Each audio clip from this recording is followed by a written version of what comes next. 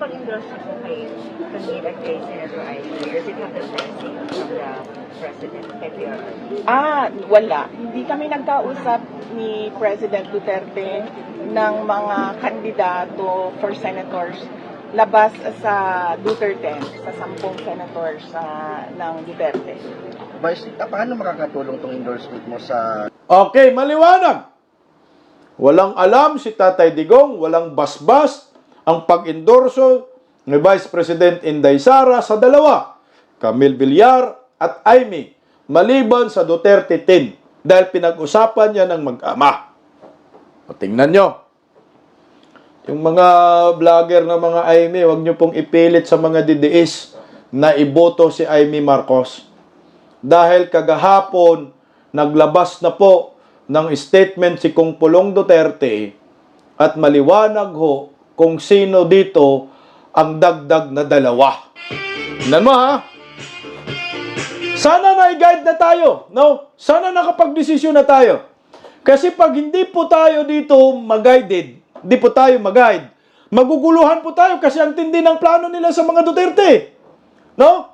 O ito, pakinggan po natin si Kung Pulong Duterte. Ito ang maliwanag po. Hello sir. Okay, butang ko. Hi ma'am. Okay, magandang araw sa ating lahat, mga kapartners. So, sir, naitugon si APRRD sa mga... Pinapabot niya yung pasasalamat niya sa patuloy niyong suporta sa kanya.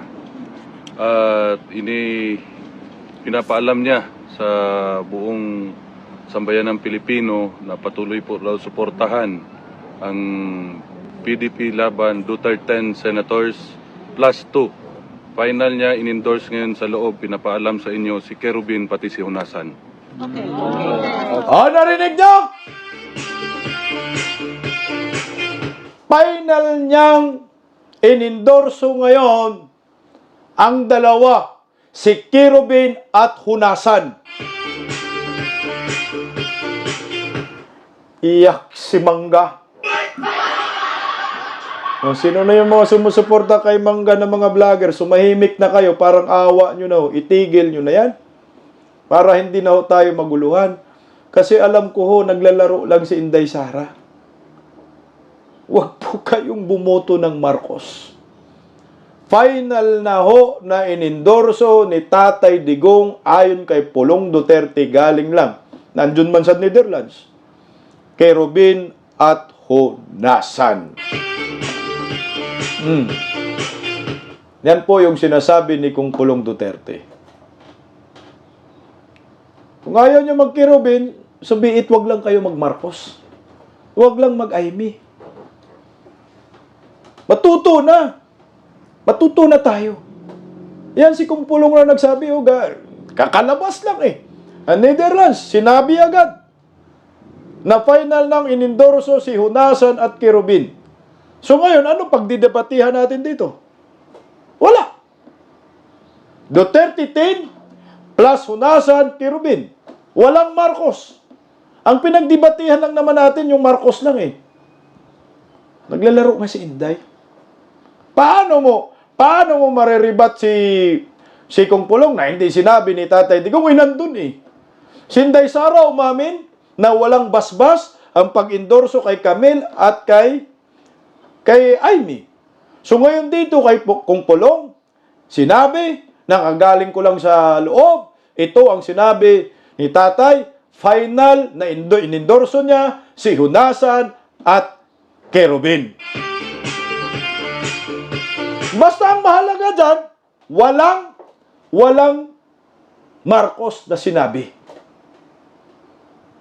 Sana magiging guided tayo. Matuto po tayo. Dahil nga, napaka-crucial po itong Mayo A12.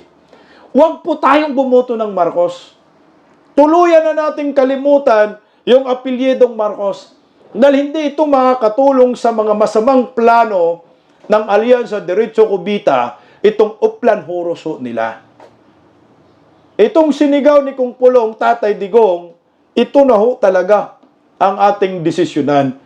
At kung ayaw nyo kay Kerubin, nakiusap po ako, huwag nyo pong iboto si Marcos. Marcos is Marcos animal. Mm. Ito yung maliwanag. Zero sa Marcos. Ayaw naman talaga. Si Kung Pulong, galit na galit sa Marcos, kay ayaw ni. Pati si Basti. O, ito, dito po ako magbabase. Tuloy, And with the emphasis na patuloy suportahan yung matalik niyang kaibigan na si Rodante Marcoleta. Yes po. Yes po. Yun lang po at maraming salamat sa inyong lahat. Okay, thank you po. Okay naman siya. Okay siya, sir. Nakita niyo si Senator Padilla nung nakulong, di ba? Yes po. Malayo. Mas bad boy tingnan. Ngayon nagmukhang mayor. Ah! Nasa mabuting kalagayan naman. Inalagaan siya na maayos sa loob. Amen, thank you. Okay. Nakaimensahe kung sa mga Pilipino kadadlaw nga nagabisita diri o nagsuporta sa kay Tatay. Salamat kayo, salamat. Pati siya, ginapabot niya sa inyo ang iyang pasalamat. Kay sige sa pangutana og naba daw Pilipino sa so ko daghan. Always, every day. Salamat kayo, salamat. Kung pwede lang may musulod ko, musod may pwede, magid pwede. At kung pwede lang tamoy pang-itsa diha.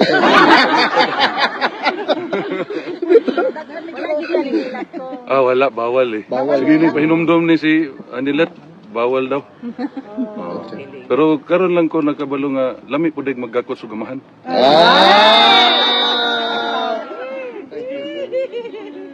Nag-moments pa na sila. Sir, actually, sir, in line with that, sir, si VP po sa ingon niya sa nahitabo kang former president, the family is much more closer than before. Sir, do you share the same realization? Okay. Karon siguro sa kinabuhi nako ikalima pa lang namon ning gakos. Oh? Na-react na sir. Dili, kay kani siya, babae mo mas gusto goat niya din na. Mas got among gakos karon. Okay. With feelings sa gakos Oh. Pero okay man siya, gusto niya paibalo sa inyo na he is in good health. Nalipay po siya. Sige lang pakatok. Si Hanilet may seryoso, sige kuan dito sa iyang check up siya na nairita na. Sige masahe sa tiil. Pero okay ra tanan. Salamat sa inyong tanan. Salamat gikan sa among pamilya. Welcome, sir. Wala isa pa yan. Thank you, sir. Hanggang sa dulo po, sir. Hanggang sa dulo to. Sabi ni Tatay Digong, mag-relax lang mi sir, pero relax lang mi sa gawas. Pero hanggang sa dulo, may din mag-relax. Kayo ning weather diri oy. Sanay na mo. Pero painit naman, sir. Painit naman karon, so okay na, sir. Sir, ang mga tao dire wala gi problema og na dire. Makaog, kape, tanan, tinapay. Istoryahin lang mi, sir, kasi gusto niyo makaunon kay paluto na namo. Ano sa importante? Uy, maulaw ta. Sakto Kabalo gyud mo ka, ma'am. gumuluto. Sakto gyud ka, ma'am, na maulawon gyud isip ko. Wala na siya. O gani iko ubanan ti ka dito kay maulaw ba di siya taos dili kailangan ka mo atubang kay kung ano. Ugani. Ulat Basta, sila. sir. Unsay gusto niyo Nailan mo? man dayon ko. Nagkalo-kalo pa. Kahit alam tago mo, lalabas ang pagkapogi no. Okay. Maliwanag na siguro ho yung plus 2 ni Tatay Digong. So ngayon, ang ihintay natin dito, yung statement ng PDP. Galing man ho sa mismong bunganga ni Kung Pulong na formal nang inendorso si Kerubin at Hunasan. So siguro ngayon, medyo may iba langanin kay Kerubin, yung iba sigurado kay Hunasan. Decision nyo yan. Yan yung pagtingin ho ninyo. Pero kung ayaw nyo kay Kerubin, baka ho po pwede, wag nyo naman po isingit yung Marcos. Kalukuhan ho yan. Kasi guys, matutuho tayo eh. Sumunod tayo kay Tatay Digong. Nakaraang 2022, matigas mga ulo ho ninyo. Kami sumunod kami. Tapos ngayon, uulitin na naman natin. Nabudol na kayo. Magpabudol na naman. Kailangan, pag-isipan ninyo ng maayos. Meron nang lumabas sa The Manila Times. Lahat nangyayari. Yung laman ng dokumento, nangyayari na yung iba. Pagkadala sa Netherlands, nandun nakasulat, lahat-lahat, impeachment, lahat. Nangyayari kay Pastor Kibuloy, kay OGC, lahat-lahat nandyan. So ngayon, ito na naman tayo. Ito, kakasuhan daw ng kriminal na kaso. Ngayong Mayo 12, pag-isipin nyo po ng maayos. Walang Marcos, zero. Huwag nyo pong iboto yan.